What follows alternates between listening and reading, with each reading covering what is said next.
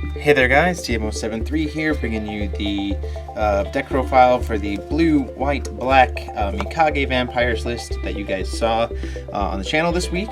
This is a super fun list. I really enjoyed it. I really like the strength of vampires right now.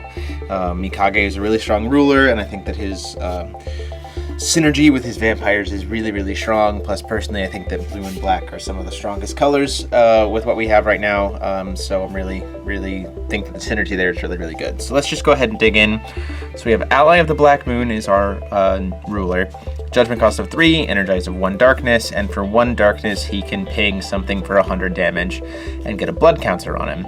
And it's either side, so you can ping your own creatures if they haven't played any creatures to make sure you get the maximum amount of value.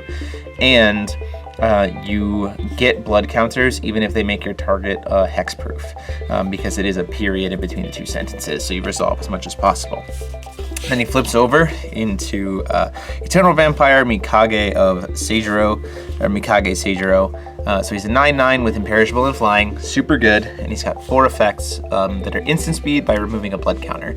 Either give target J/res -100/-100 until the end of the turn, give himself 200 additional attack until the end of the turn, gain 200 life, or put a +1/+1 counter on a vampire you control.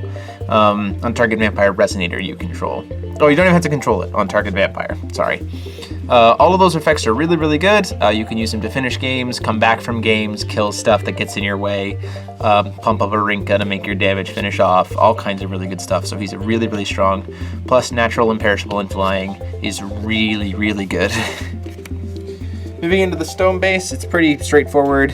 4 dark depths for your blue and black sources, 4 heaven's rift for your light sources, and then 2 basic blacks. You just want to always be hitting darkness stones so that you can make use of Mikage as much as possible. For the creature lineup, we run 3 Shara, only 3 just because we don't have a ton of ways to put counters on her early, and she can't attack if she doesn't have a counter on her, but she can block, and she's a 1-drop 5/5, so that's really good. And for 3 cost, you can ping something for 200 damage and put 2 +1/+1 counters on her because your ruler's Mikage, thus turning into her 7/7, and she's a really good use of a kind of a will sync if you need to. 4 of Rinka. She is the powerhouse of this deck in terms of creatures. I absolutely adore this card. So 6/6 for 2. When she has a +6/+6 or +1/+1 counter on it, she can have target attack or precision, so target attack. And every time she deals damage at all, she gets a +1/+1 counter, and you can remove a +1/+1 counter to give her flying. So there's lots of really cool combat tricks you can do with her, like if she has 1 counter on her, you can swing at a recovered resonator, and then before moving to blockers, remove the counter to give her flying, so they can't block. You kill the thing because you already declared your attack target, and then you just get the counter right back, and you can remove a creature. So really strong. And then the other main card that has synergy is Urashima Taro. He just 5/7 that when he dies you get to kill something, or when he comes into play he kills something that's taken damage. So you can ping during your upkeep with Mikage anything, even if it's just for 1, and then immediately kill them with Taro to make it really strong. And then, because we kind of run black and white in our control list, just to kind of have some more bodies to be able to put out, Celestial Wing Seraph and Lucifer. I'm not sold on these cards quite yet, but while I'm still tweaking the list, you know, it's always good to have the kind of top-end, really strong cards that you can play, especially since this list tends to get really big with the amount of will that it has. Going into the spells, 2 magic suites, just because hexproof is always good and it can protect a J/res, plus the fact that it is 200 additional attack and defense is also amazing.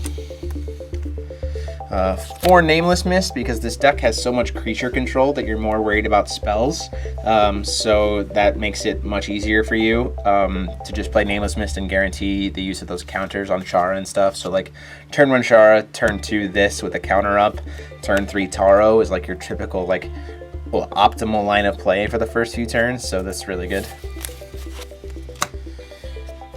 3 Power Absorption for removal, as well as putting extra counters on your vampires, because it gets 600 damage to J/Res, plus 100 for every other vampire resonator you control, and then you put a +1/+1 on every vampire you control, so it's just a lot of value. 4 Space-Time Anomaly, because again, this is all about like creature hate and removal and dealing with J-rulers, so you know, it's also a draw engine and you can use it multiple times, so that's really good. 2 Black Moonbeam. This is so that we can answer things like 0 and stuff like that, just to be able to say, like, before we in a position where we can flip Mikage, we just say no and kill their creature. And then 2 Lapis Darkstorm for some hand disruption, just when you're already kind of getting a good established board, or even early game and you've had like a Taro or something on turn 3, you can just like Lapis Storm them if you're already dealing with their creatures. Lapis Storm them and leave a stone up for a Taro the next turn. And then 2 Endless Night for additional removal, as well as some board wiping potential.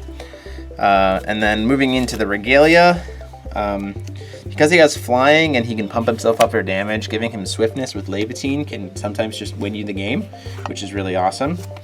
Then we play 2 Deathscythe to slow other decks down. You really don't need more than 2, I don't think. And then a 1 of Horn, just in case the games go long, so that you can kind of start recycling your resources.